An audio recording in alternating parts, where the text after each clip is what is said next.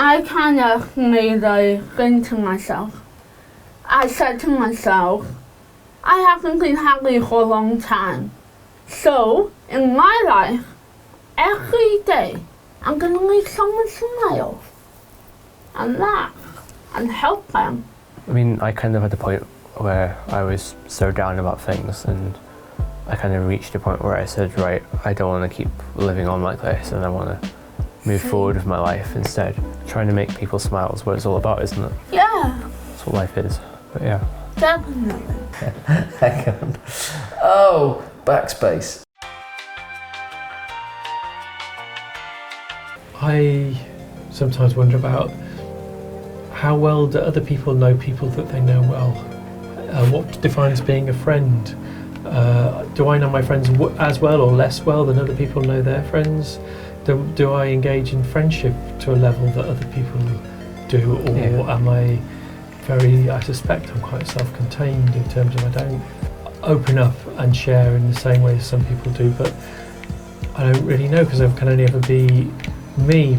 I think because of my condition, it's not helping me at all with trying to come across as serious to people.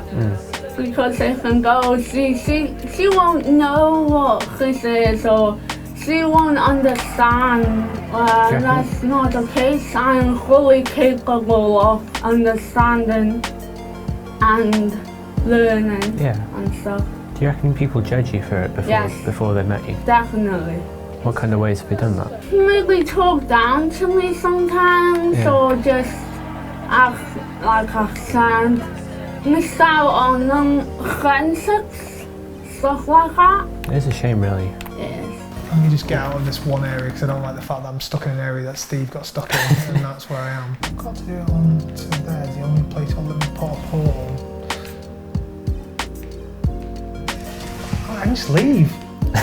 Like Steve was stuck on a door was there. I was automatically thinking it was something else. There we go. Stuck on finding a door is what you were stuck on. I saw the door about 5 times, but it can't be that.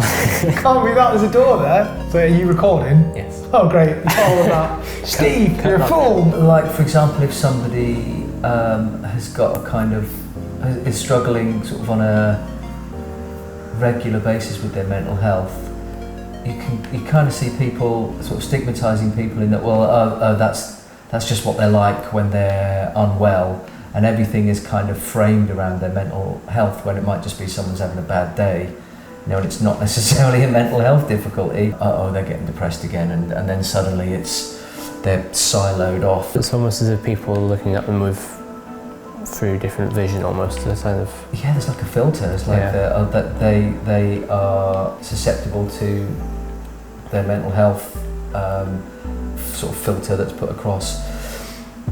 So there's certain expectations or stereotypes that are kind of attached to people. Wherever you are on that spectrum of how much you share with friends and help each other, even the people you know best out of the people you know in the world,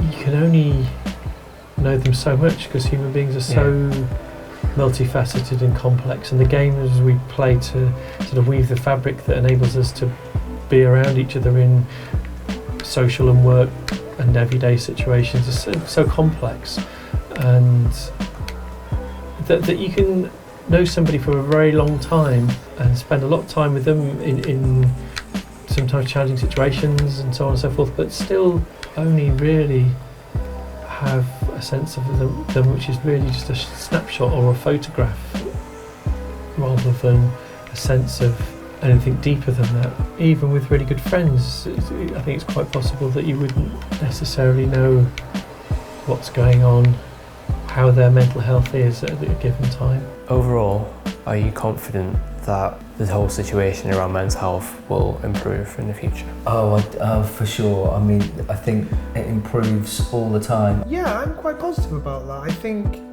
I think everything gets better. I mean, I think everything still has a long way to come when it comes to the progression of everything.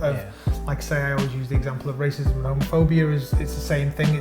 It's isms. It's people being either uncomfortable or fearful of difference. I think getting stuff out of the media that uses mental health as a kind of lazy way to the lazy portrayals of people with mental health difficulties in storytelling and in the media and sort of visual representations of what mental health difficulties are, I think would be really, really useful. But society always keeps getting better. I mean, like you look at something like race, there's loads still to happen with racism and to kind of tackle that. But if you think about where we were, 20 years ago, it's definitely better than it was, even though it's still rubbish. And I think that in 10, 20 years time, mental health will still have its issues, but it'll definitely be a lot further along than it is now. So I think we're always moving forward. We can hope and try and believe, and hopefully everybody else will too.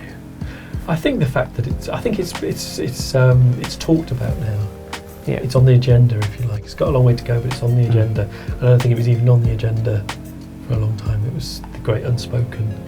People's openness about their mental health difficulties, those things are, that situation is improving, but I think the closer that you get to being around people and the more experiences people have, and the more honest people are about that stuff, then it normalises things, and I think that's really, really helpful. So it's been targeted now, and it's something we can aim to improve, as opposed to something that's being kind of cast aside a bit. Yes, definitely. So that's my version of a short answer. I can just cut it down and make it short if you want. I can just go, yes, like that, and then you can cut that in. And you're an ambassador for it.